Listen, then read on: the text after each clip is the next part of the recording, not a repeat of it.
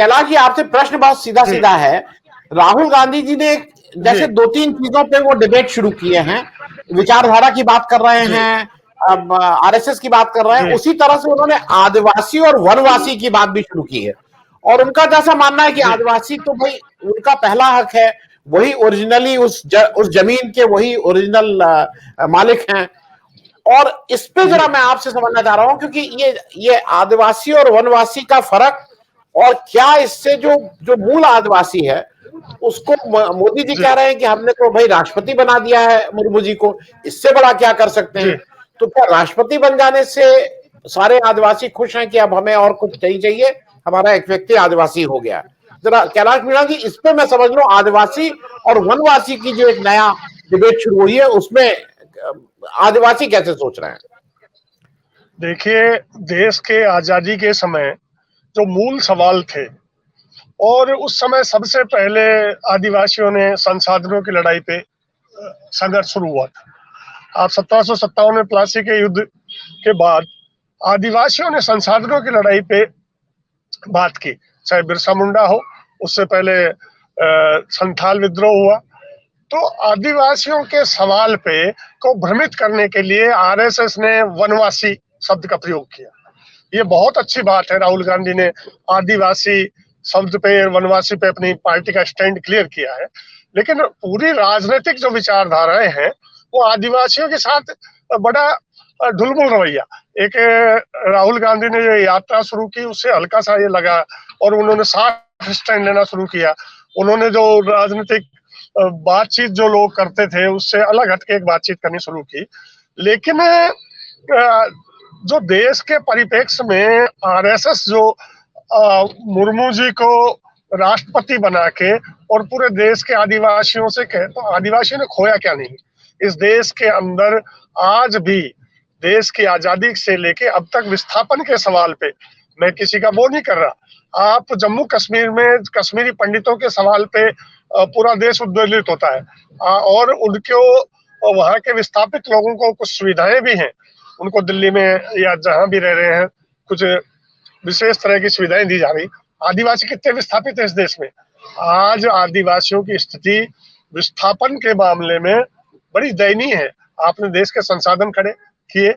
पहले प्रधानमंत्री पंडित जवाहरलाल नेहरू जी ने क्या कहा था कि आदिवासियों को देश के विकास के लिए कुछ त्याग करना पड़ेगा। लेकिन आप इतना समय निकल जाने के बाद एक आदिवासी राष्ट्रपति बना के और फिर कहते हैं कि हमने पूरा कर दिया।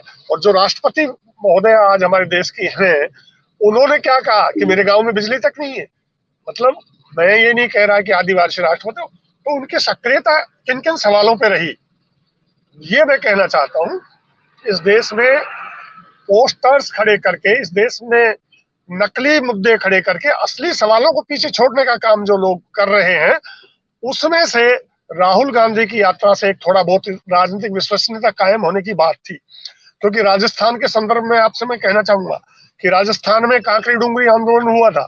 वहां के जो दक्षिण राजस्थान के जो लोग थे, नौजवान थे, दक्षिण राजस्थान में आदिवासियों की संख्या करीब 73% है, और वो अपनी हिस्सेदारी की मांग कर रहे थे कि भाई वो उनको कहा कि 73% की जनसंख्या के अनुपात में हमें सरकारी नौकरी दीजिए। वहां उनके लिए 40%, 45% की बात हो रही थी। जब उन्होंने ये शांतिपूर्वक मांग रखी, और कांकरी डूंगरी एक जगह है, वहां पे बैठ के आंदोलन शुरू किया, तो सरकार ने उनपे जबरदस्त लाठीचार्ज किया, गोलियां चलाई। वहां 2 बच्चे जो 14 और 15 साल के शहीद हुए इस आंदोलन में गोलियों से।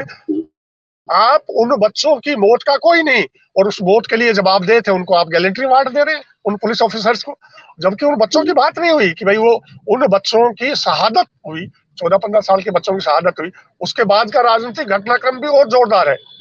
वहां पे जिला प्रमुख बनने की बात आई, जिला पंचायत के चुनाव में कांग्रेस और बीजेपी ने मिलकर वहां के ट्राइबल पार्टी के खिलाफ मिलकर गठबंधन किया। तो ये सब चीजें आदिवासियों को आहत करती हैं। मानगढ़ में हमारे पुरखों के 1500 पुरखों के नरमुंड लेके, कब, अभी 1700 की बात है, अभी मतलब कितने नजदीकी में मानगढ़ की पहाड़ी पर 1913 में 1700 लोगों की हत्या की गई, और देसी रजवाड़ों ने मिलकर उनके कटे हुए सर लेके गांव में दहशत पैदा करने के लिए लोग घूम रहे थे। आजादी में 47 में देश आजाद हुआ, काली भाई पढ़ने की बात कर रही थी और आपने उसकी हत्या कर दी। हमारे पुरखों जो शहादत इस देश के लिए दी, वो आज उसके बदले में कुछ नहीं मांग रहे, एक सम्मान मांग रहे हैं। अभी मेरी बात के बीच में कॉप का भी थोड़े दिन पहले हुआ, कॉप ने क्या कहा, संयुक्त राष्ट्र महासचिव क्या कह रहे थे कि ये पृथ्वी पर्यावरणीय अराजकता के दौर से गुजर रही है, इसमें या तो आपको इसके साथ पर्यावरण के खड़ा होना पड़ेगा या मिट जाना पड़ेगा। इस दौर में आदिवासी इस देश के पर्यावरण को लेके, इस देश के तमाम चीजों को लेके जो लोग जागरूक है, आप उनसे बात करना नहीं चाहते, उनके साथ राजनीतिक पैतरेबाजी करके वो करना चाहते। और राजस्थान में जैसे भाई अशोक जी ने कहा भी कि 2 बंदरों की लड़ाई में बिल्ली लेके खा जाए, इन मौलिक सवालों पे कहीं कोई बात नहीं है। आदिवासी के रोजगार पे बात नहीं हो रही, आज जो जितने भी तरह के वो है, इन सवालों पे बात नहीं हो रही। पर्यावरण के सवाल पे कहीं कोई नहीं कि राजस्थान के अंदर केवल 28 ब्लॉक में पीने लायक पानी है।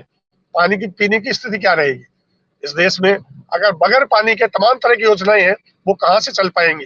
ये चीज हमको समझनी होगी, राजनीतिक एजेंडे पे लाना पड़ेगा। एक तरफ मैं सैल्यूट करता हूँ, जिस जगह पे राहुल गांधी के पिता की हत्या हुई थी, वहीं से उन्होंने पद यात्रा शुरू की, और जिस रंग के गैर जरूरी सवाल आज मीडिया और राजनीतिक लोग उठा रहे हैं, उससे आदिवासी तमाम नौजवान वो आहत है, यही मैं कहना चाहूंगा।